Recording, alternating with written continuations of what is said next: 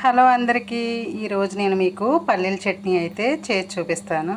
నువ్వేంటి చూపించేది, పల్లీల చట్నీ మాకు కూడా వచ్చు అనుకుంటున్నారా? అయితే ఇది కొంచెం వెరైటీగా ఉంటుంది, కానీ చాలా అంటే చాలా టేస్ట్గా ఉంటుంది. మీరు పచ్చిమిరపకాయలతో చేస్తారు కదా, నేనైతే ఎండుమిర్చితో చేస్తాను. అప్పుడు మనం ఎప్పుడైనా తినాలనిపించకపోయినా, కొన్నిసార్లు మనకు టిఫిన్ చేసుకుంటాం కానీ వద్దులే తినాలనిపించట్లేదు అనిపిస్తుంది. అలాంటప్పుడు ఈ చట్నీ అయితే చేసుకోండి. కొంచెం ఆయిల్ తీసుకోండి. ఈ పల్లీలను అయితే మనం ఇలా వేపేసేసుకుని నీట్గా వేపుకొని, మనకి తాలింపు వేసుకునే పని కూడా ఉండదు. చక్కగా నీట్గా ఆయిల్ లేకుండా ఫుడ్ తిన్నట్టు ఉంటుంది. మనం వేడివేడి ఇడ్లీ కూడా చేస్తున్నాను. ఆ ఇడ్లీల్లోకి పల్లీల చట్నీ వేసుకుని తింటే ఉంటుందండి, సూపర్ ఉంటుంది. ఇలా దగ్గరికి వచ్చేసాక ఎండుమిర్చి కూడా వేసేసేయండి.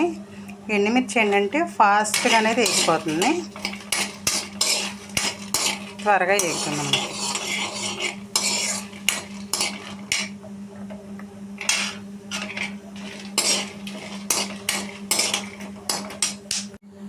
ఎండుమిరపకాయలు కూడా వేగిపోయినాయి కదా, ఇప్పుడు దీంట్లో కొంచెం మనం జీలకర్ర వేసేద్దారు. జీలకర్ర, ఎల్లుల్లిపాయలు కూడా వేసుకోండి. ఒక 2 రెబ్బలు వేసుకుంటే సరిపోతుంది.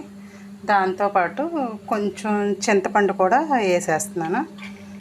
అంతే, ఇంకా దీన్ని మిక్సీ పట్టేసుకుని అయితే మనకి చట్నీ రెడీ అయిపోతుంది. టేస్ట్ అయితే అదిరిపోతుంది. మిక్సీ పట్టాక ఎలా ఉంటుందో మీకు చూపిస్తాను. ఇదిగోండి, వేడి వేడి ఇడ్లీ రెడీ అయిపోయింది. చూడండి, పొగలు వచ్చేస్తుంది.